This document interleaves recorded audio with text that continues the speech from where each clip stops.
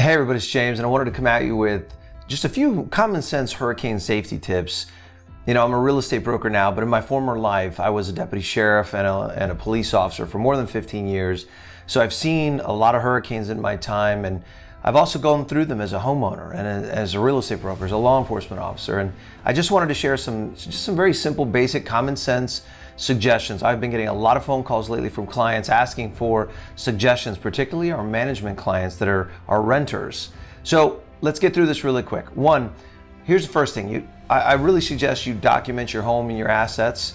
Use your smartphones, take a lot of video of everything, its condition, and make sure you save that in a safe place, okay? God forbid there's storm damage, things of that nature, you're gonna have evidence to the fact. So listen, what has everybody been doing lately? They've been getting gas, they've been gassing their vehicles. Really common sense approach. However, I don't know if you've noticed this, but there's a lot of people there, they're filling up their boats and they're filling up their campers. Well, why? Because those things are big gas tanks. You'd be surprised, you go without power for a week. I've had to siphon gas out of my vehicles before to run my generator. So think about the other things that you have the ability to hold gas in, because if a storm knocks out power for a prolonged period of time, you're gonna need to be able to hold and store gas. So think about using your vehicles and anything else you have, and you may wanna consider getting a siphon. So listen, some of the really simple things are coolers, right? But it's all in how you do your coolers, and I really recommend dry ice. Publix, Costco, find somewhere that's got it, and I'll tell you, you usually gotta find out when their delivery times are gonna be, because it goes really fast. A well-packed cooler with dry ice can last a week. No ifs, ands, or buts, okay? So make sure you have a high-quality cooler, spend the money, and get dry ice. So, as it pertains to your home, listen, one of the big things with storms is the fact that everything is a projectile outside.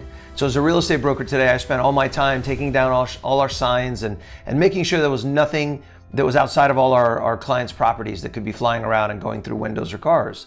Make sure you do the same. Patio furniture, anything else that you normally would leave outside, fire pits, you name it, all of those things can become absolute projectiles. Make sure you get those inside your home or inside your garage so they're not causing damage, not just to your property, but your neighbors as well.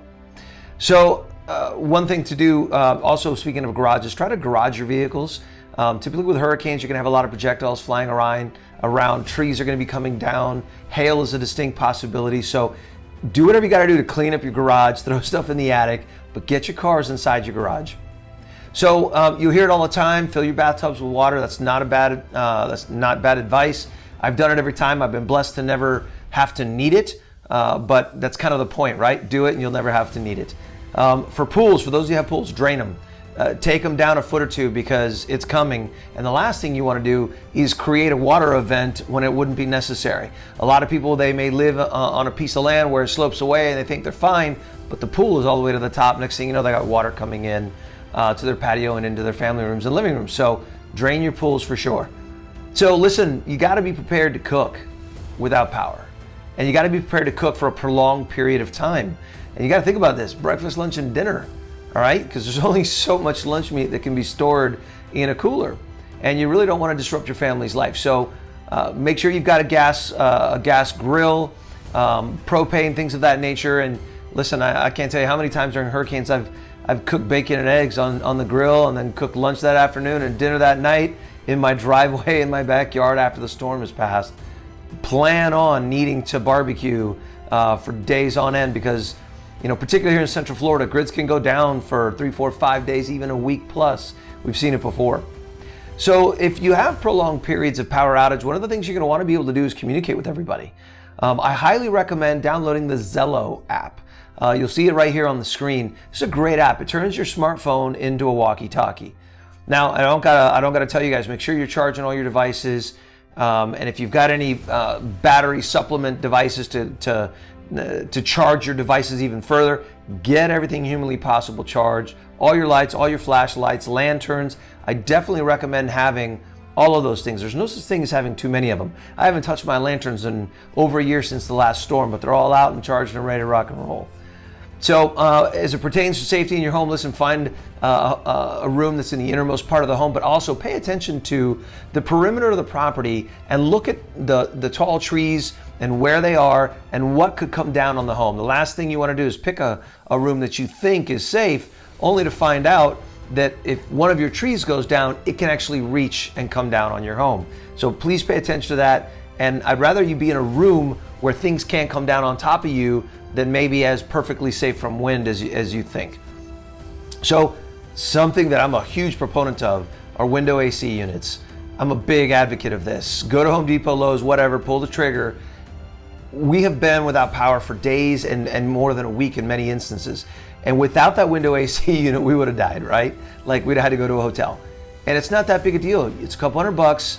You're gonna wind up probably having to jerry rig it outside to make sure that it stays nice and level. But let me tell you something, put everybody in one room. We always did it in the master bedroom. We pull the kids in, air mattress, and let me tell you something, it was actually really comfortable, and we actually had a blast being really close with each other and having good quality family time.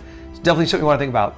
Generators is another thing. I know that's a really large expense for a lot of people, but I'm telling you, if you've been here in Florida long enough, it is a huge commodity to have.